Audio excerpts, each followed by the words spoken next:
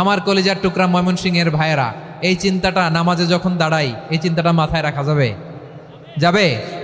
যখন দাঁড়াবো ভাববো হতে পারে this could be my last and final সালাত, হতে পারে এটাই আমার জীবনের শেষ নামাজ, ঠিক কিনা বলেন? তাইলে অন্তরে খুশু আসবে। অনেকে বলে হুজুর নামাজে দাঁড়াই মনে থাকে না, কয় রাকাত পড়ছি ভুলে যায়, কি পড়ছি ভুলে যায়, দিন দুনিয়ার কথা খেয়াল আসে, সারা দিন যেটা মনে করতে পারি না নামাজে দাঁড়াইলে ওটা মনে পড়ে। এরকম আছে না নাই? আমাদের ঢাকায় হয় এটা, আপনাদের ময়মনসিংহে এটা হয় না? না আপনাদেরও হয়? নামাজের মধ্যে সব কথা মনে পড়ে। এজন্য মনে করতে হবে এটাই হতে পারে আমার জীবনের শেষ নামাজ। খুশু, খুশু মানে হৃদয় এবং অঙ্গ প্রত্যঙ্গের স্থিরতা। এক সাহাবী নামাজ পড়ছেন আবার দাড়ি নাড়তেছেন, নামাজ পড়তেছেন এরকম চুলকাচ্ছেন। এই দৃশ্য দেখে বিশ্বনবী বললেন, ইন খাশাআত কলবুহু লা খাশাআত জাওয়ারিহু। তার অন্তরে যদি খুশু থাকতো, ওই খুশুর প্রভাব তার হাতে পায়েও দেখা যেত। এই সাহাবীর অন্তরে খুশু নাই, ফলে তার হাত নড়ে, পা নড়ে, দাড়ি সোজা করে, টুপি সোজা করে। এরকম মুসল্লি আমাদের মসজিদগুলোর ভেতরেও আছে না নাই? নামাজ পড়ে, দাড়ি নাড়ে, জামা ঠিক করে না, নামাজে যখন দাঁড়াবো খুশু খুদুর সাথে দাঁড়াবো। কারণ আল খাশিঈনা ওয়াল খাশিআত, বিনীত বিনীত বান্দিদেরকে আল্লাহ পছন্দ করে। আবার আল্লাহ বললেন, আমার বান্দিদের মধ্যে ওলামারা আমারে বেশি ভয় পায়, তাদের হৃদয়ে খুশু বেশি। কার কথা? ইন্নামা ইয়াখশাল্লাহ মিন ইবাদিহিল উলামা। আল্লাহর বান্দাদের মধ্য থেকে আলেমরা আল্লাহরে বেশি ভয় পায়। যারা জ্ঞানী, যার হৃদয়ে কোরআন সুন্নাহর জ্ঞান আছে, তারা আল্লাহকে বেশি ভয় পায়। এজন্য আল্লাহর ভয় আমাদের হৃদয়ে থাকার দরকার আছে না নাই? যাদের হৃদয়ে আল্লাহর ভয় আছে তাদেরকে পছন্দ করে কে? যাদের হৃদয়ে আছে আল্লাহর ভয়, তারা কবু পথে ভুলে যায় না। আল্লাহর প্রেম ছাড়া এই দুনিয়ায় কারো কাছে কোনো কিছু চায় না। রাতের আধারে যারা সেজদাতে রয়, দু চোখের শ্রুতে নদী যেন বয়। ছলনার হাতছানি যতই আসুক, পেছনে ফিরেও সে তাকায় না। পড়েন সবাই। যাদের হৃদয়ে আছে আল্লাহর ভয়, তারা কবু পথ ভুলে যায় না। আল্লাহর প্রেম ছাড়া এই দুনিয়ায় কারো কাছে কোনো কিছু চায় না, ঠিক কি না? আল খাশিঈন আল খাশিআত, আমাদের হৃদয়টা থাকুক আল্লাহর ভয় দিয়ে সমৃদ্ধ। আমরা চাই কি চাই না? আল্লাহর ভয় যার হৃদয়ে থাকে সে কখনো পদস্খলিত হয় না, পদচ্যুত হয় না, ঠিক কিনা বলেন? তাহলে খাশিঈন খাশিআত।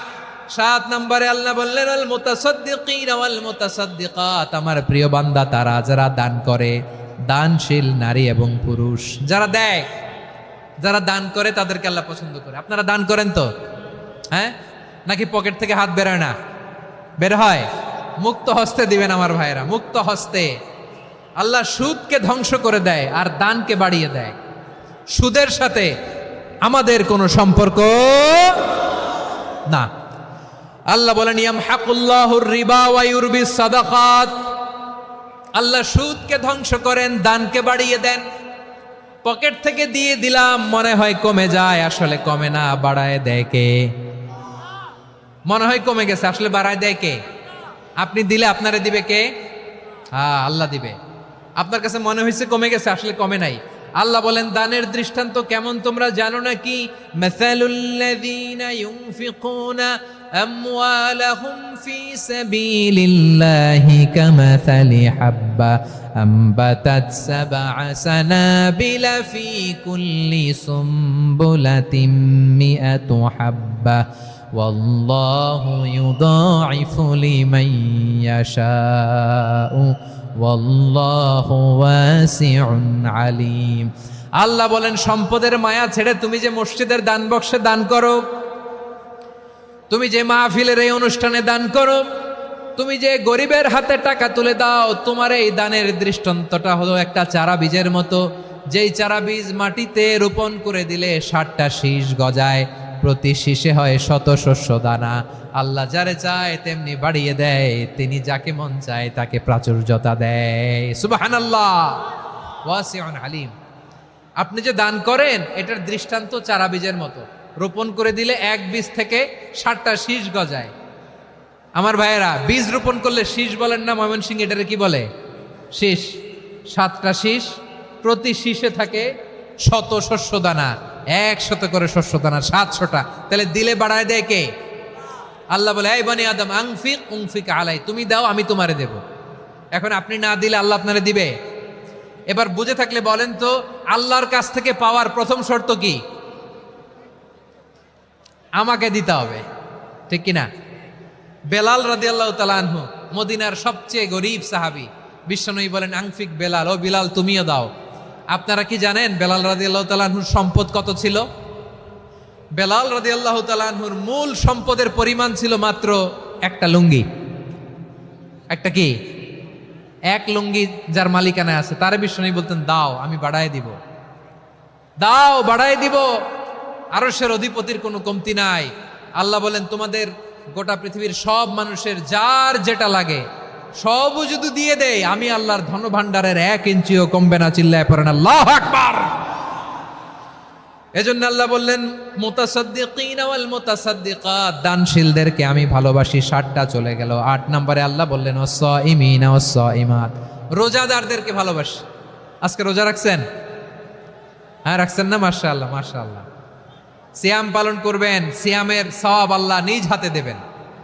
সেই স্টপ স্টপ, সামনে আসবেন না, স্টপ, পেছনে পেছনে পেছনে। আচ্ছা শেষ করে দিচ্ছি। 8 নম্বরে রোজাদারদেরকে আল্লাহ ভালোবাসেন, রোজাদার নারী ও পুরুষ। 9 নম্বরে হাফিযিনা ফুরুজাহুম ওয়াল হাফিযাত, যারা লজ্জাস্থানের হেফাজত করে, দৃষ্টির হেফাজত করে, অসংলগ্ন জায়গায় দৃষ্টি দেয় না, আল্লাহ তাদেরকে পছন্দ করে। সব শেষে ওয়াযাকিরিনাল্লাহ কাসীরা ওয়াযাকিরাত, যারা সময় পেলেই আল্লাহর জিকির করে। চেয়েছিলাম মনটা ভরে আয়াতের পুরো তাফসীর করব, সম্ভব হচ্ছে না। এই 10টা বৈশিষ্ট্য আল্লাহ তাআলা বড্ড পছন্দ করেন। ইসলামের সব মৌলিক অনুষঙ্গ এখানে চলে এসেছে। আমরা যেন আল্লাহর আইনের সামনে আত্মসমর্পণ করতে পারি, আমরা যেন পাক্কা ইমানদার হতে পারি, আমরা যেন বিনীত হতে পারি, আমরা যেন লজ্জাস্থানের হেফাজত করতে পারি, রোজা রাখতে পারি, দান করতে পারি, আমরা যেন আল্লাহকে সবসময় স্মরণ করতে পারি। আল্লাহ আমাদের তৌফিক দান করুক। সবাই পড়ি আমিন। হাযা মা ইনদি ওয়াল ইলমু ইনদাল্লাহি আলাইহি তাওয়াক্কালতু ওয়া ইলাইহি উনীব।